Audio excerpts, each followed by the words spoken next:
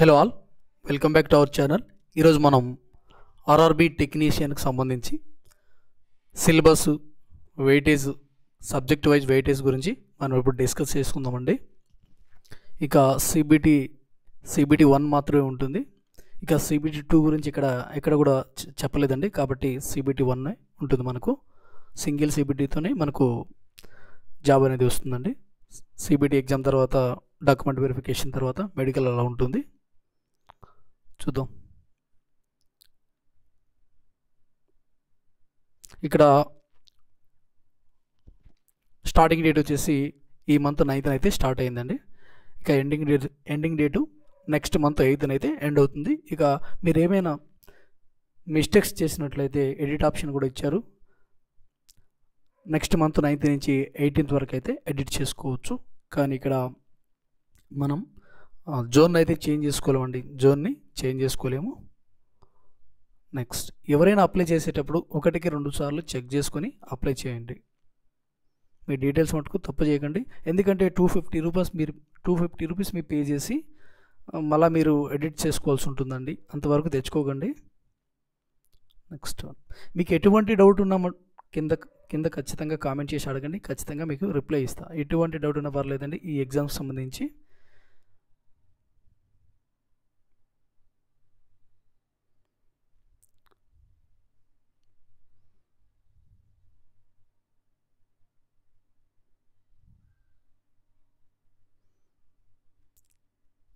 ఇక్కడ medical standards అయితే ఈ విధంగా ఉండాలండి. A3కి ఏ విధంగా ఎంత ఉండాలి, విజన్ స్టాండర్డ్స్, B1కు విజన్ స్టాండర్డ్స్ ఎంత ఉండాలి అనేది క్లియర్గా అయితే ఇక్కడ ఇచ్చారు. ఒకసారి అయితే మీరు చెక్ చేయించుకోండి వీలైతే మీకు ఈ స్టాండర్డ్స్ ఉన్నాయా లేవా అనేది. నెక్స్ట్ వన్,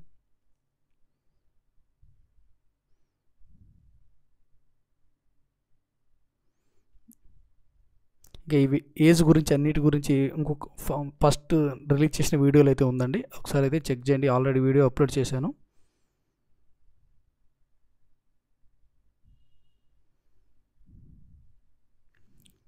ఫీ వచ్చేసి 500 అండి.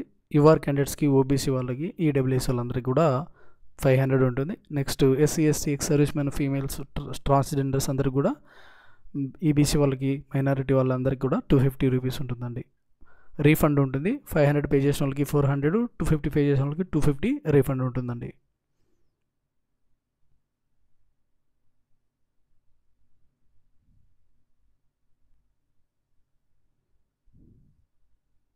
ఇక మనం సిలబస్ అయితే చూద్దామండి. మనకు కంప్యూటర్ బేస్డ్ మనకు ప్రాసెస్ అనేది ఈ విధంగా ఉంటుంది. కంప్యూటర్ బేస్డ్ టెస్ట్, నెక్స్ట్ వచ్చేసి డాక్యుమెంట్ వెరిఫికేషన్, మెడికల్ ఎగ్జామ్ అలా ఉంటుంది. ఎవరికైతే ఎక్కువ మెరిట్ మార్క్స్ వస్తాయో వాళ్ళని సెలెక్ట్ చేస్తారండి డాక్యుమెంట్ వెరిఫికేషన్కి. డాక్యుమెంట్ వెరిఫికేషన్కి ఏ విధంగా సెలెక్షన్ ఉంటుందంటే ఎన్ని పోస్టులు ఉంటే అంతమందిని మాత్రమే డాక్యుమెంట్ వెరిఫికేషన్కి అయితే పిలుస్తారండి. నెక్స్ట్, మనకు కంప్యూటర్ బేస్డ్ ఎగ్జాము లెవెల్ 5కి సంబంధించి టెక్నీషియన్ 1 సిగ్నల్కి సంబంధించి సిలబస్ అనేది ఒకసారి అయితే చూద్దామండి. టోటల్ డ్యూరేషన్ వచ్చి 19 minutes ఉంటుంది. క్వశ్చన్స్ వచ్చి 100. ఇక్కడ నెగిటివ్ మార్క్స్ అయితే ఉంటాయండి. ఒక మిస్టేక్కి 1/3 నెగిటివ్ మార్క్ అనేది కట్ అయిపోతుంది అనమాట. నెక్స్ట్, ఇక్కడ మనం సిలబస్ చూస్తున్నట్లయితే సిబిటికి, టెక్నీషియన్ 1కి జనరల్ అవేర్నెస్లో knowledge of current affairs, Indian geography, culture and history of Indian including freedom struggle, Indian polity and constitution, Indian economy, environmental issues concerning India and the world, sports, general scientific and technology development, ఇవన్నీ కూడా అడుగుతూ ఉంటారండి. Environmental issues and ఇండియాకి సంబంధించినవి, world, sports, general science and technology డెవలప్మెంట్కి సంబంధించి ఇలాగా general awareness సంబంధించి క్వశ్చన్స్ అనేది అడుగుతూ ఉంటారు. Next, general intelligence and reasoning అండి. Analogies, alphabetical and number series, coding and decoding, mathematical operations, relationships, syllogism, jumbling, Venn diagram, data interpretation, sufficiency, conclusions and decision making, similarities and differences, analytical reasoning, classification, directions, statement, arguments and assumptions, ఇవంతా కూడా general intelligence and reasoning సంబంధించిన syllabus అండి. మీరు ఒక screen shot అయితే తీసుకోండి. Syllabus అస్తమానం video open చేసి చూడడం కంటే సిలబస్ అనేది ఒకసారి స్క్రీన్ షాట్ తీసుకోండి. సిలబస్ సంబంధించిన పీడిఎఫ్ కానీ ఆన్లైన్ అప్లికేషన్ విధానానికి సంబంధించి లింక్ అనేది నేను కింద డిస్క్రిప్షన్లో ఇస్తానండి. నెక్స్ట్ వన్, ఇక basic of computer and applications అండి. ఈ విధంగా ఆర్కిటెక్చర్ ఆఫ్ కంప్యూటర్స్ ఈ సిలబస్ వచ్చేసి కంప్యూటర్ సంబంధించి architecture of computers, input output devices గురించి, స్టోరేజ్ గురించి అడుగుతారు, networking, operation system like Windows, Unix, Linux, MS office, various data representations, internet and email గురించి, websites, web browsers, computer viruses గురించి అయితే అడుగుతూ ఉంటారండి. ఇది మోస్ట్లీ అందరికి కూడా ఎవరైతే డిగ్రీలో కంప్యూటర్స్ తీసుకొని ఉంటారో ఒక సబ్జెక్ట్గా వాళ్ళందరికీ దాదాపు కొంచెం నాలెడ్జ్ ఉంటుంది. ఇంజనీరింగ్ చేసిన వాళ్ళకి డిప్లొమా ఇన్ కంప్యూటర్స్, సో వీళ్ళందరికీ కూడా దీని గురించి కొంచెం నాలెడ్జ్ అయితే ఉంటుందండి. బేసిక్స్ ఇస్తారు ఎక్కువగా. చూడండి ఇక్కడ బేసిక్ ఆఫ్ కంప్యూటర్స్ అప్లికేషన్స్ అని అన్నారు కదా, సో బేసిక్సే ఉంటాయి, ఎక్కువగా ఉండదు.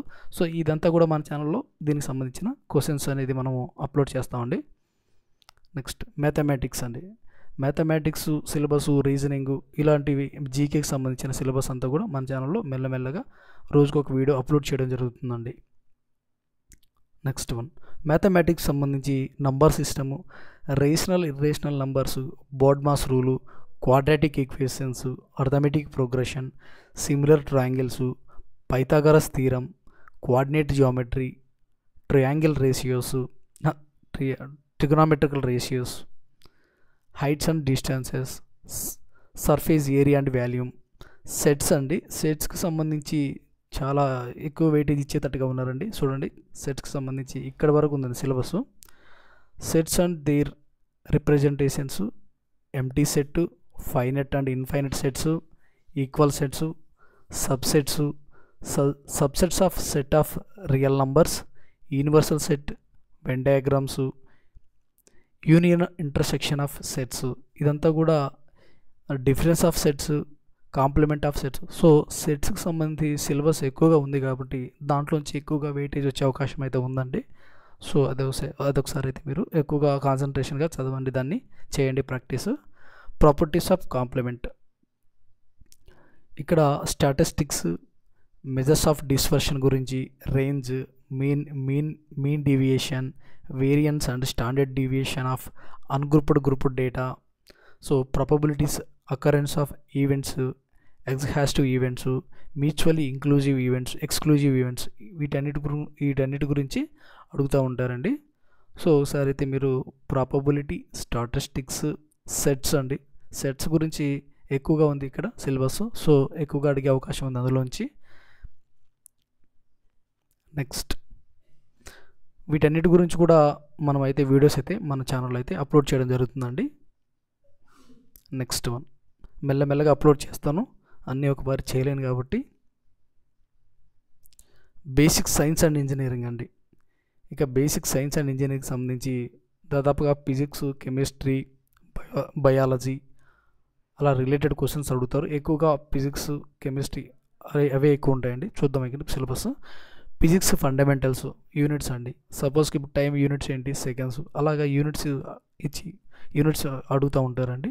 Measurements, mass, weight, density, work, power and energy, speed and velocity, heat and temperature, electricity and magnetism, electric charge, field and intensity, electric potential and potential differences, simple electric circuits, conductors, non conductor insulators, ohm's law and its limitations, resistance in serial and parallel of circuit and specific resistance. So ఇవంతా కూడా మనకు physics సంబంధించినటువంటి maximum physics syllabus ఎక్కువగా ఇచ్చారు ఇక్కడ.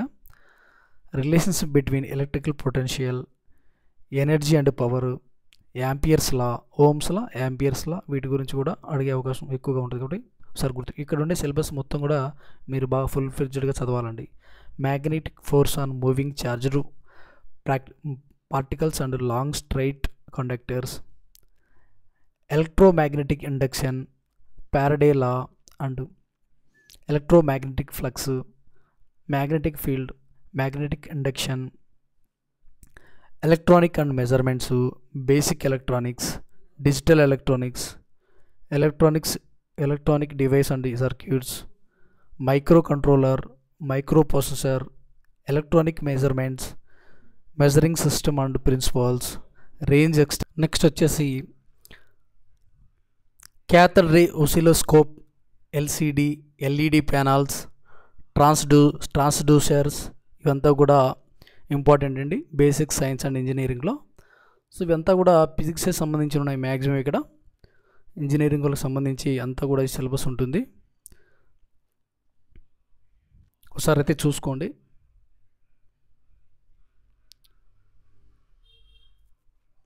Preparation అనేది ఖచ్చితంగా మీరు రెగ్యులర్గా ప్రిపరేషన్ అనేది ఖచ్చితంగా ఒక్కొక్క చాప్టరు ఒక్కొక్క కొంచెం యూనిట్ కానీ యూనిట్లో కొంచెం భాగమైనా కూడా ప్రతి ఒక్కటి మీరు రివిజన్ చేసుకుంటూ ఉండాలండి.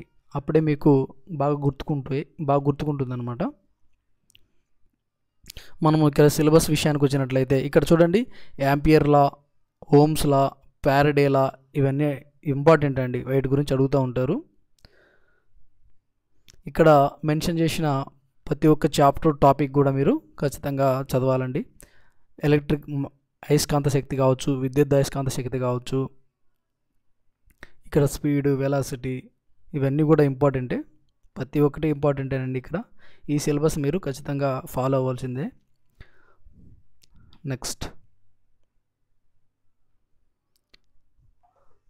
జనరల్ అవేర్నెస్లో వెయిటేజ్ వచ్చేసి ఇప్పుడు మనకు సబ్జెక్ట్ వైజ్ వెయిటేజ్ చూద్దాం. ఇక్కడ జనరల్ అవేర్నెస్లో 10 క్వశ్చన్స్ ఇస్తారు, 10 మార్క్స్. జనరల్ ఇంటెలిజెన్స్ అండ్ రీజనింగ్లో 15 క్వశ్చన్ 15 మార్క్స్ అండి. నెక్స్ట్ బేసిక్ కంప్యూటర్స్ అండ్ అప్లికేషన్స్లో 20 క్వశ్చన్స్ 20 మార్క్స్. మ్యాథమెటిక్స్లో 20 క్వశ్చన్స్ 20 మార్క్స్ అండి. ఇక్కడ బేసిక్ సైన్స్ అండ్ ఇంజనీరింగ్లో ఎక్కువ వెయిటేజ్ ఉంది, 35 క్వశ్చన్స్ 35 మార్క్స్. ఓవరాల్గా 100 క్వశ్చన్స్ అయితే ఉన్నాయండి. ఇది మనకు టెక్నీషియన్ 1కు సంబంధించిన సిలబస్ ఇది. ఇక మనము టెక్నీషియన్ 3కి సంబంధించిన సిలబస్ అనేది చూద్దామండి. ఇక్కడ మ్యాథమెటిక్స్లో number system, BODMAS, decimals, fractions, LCM and HCF, ratios and proportions, percentages, mensuration, time and work, time and distance, simple and compound interest, profit and loss, algebra, geometry and trigonometry, elementary statistics, square root, age calculations, calendar and clocks, pipes and cisterns, ఇవంతా కూడా మనకు సిలబస్లో అయితే ఉంటాయండి. Same అండి, group డికి ఏ syllabus అయితే ఉందో అదే సిలబస్ ఉంది టెక్నీషియన్ 3కి సంబంధించి. జనరల్ ఇంటెలిజెన్స్ అండ్ రీజనింగ్ అండి. ఇక్కడ general intelligence and reasoning syllabus చూద్దాం. Analogies, alphabetical and number series, coding and decoding, mathematical operations, relationships, syllogism, jumbling, Venn diagram, data interpretation and sufficiency, conclusions and decision making, similarities and differences, analytical reasoning, classifications, directions, statement, arguments and assumptions, ఇవంతా కూడా ఇది reasoning syllabus అండి. Next general science సంబంధించి ఇక మనకు 10th class స్టాండర్డ్స్తో physics, chemistry and life science అండి. Okay, ఈ విధంగా మనకు ఎగ్జామ్ సిలబస్ అనేది ఉంటుంది.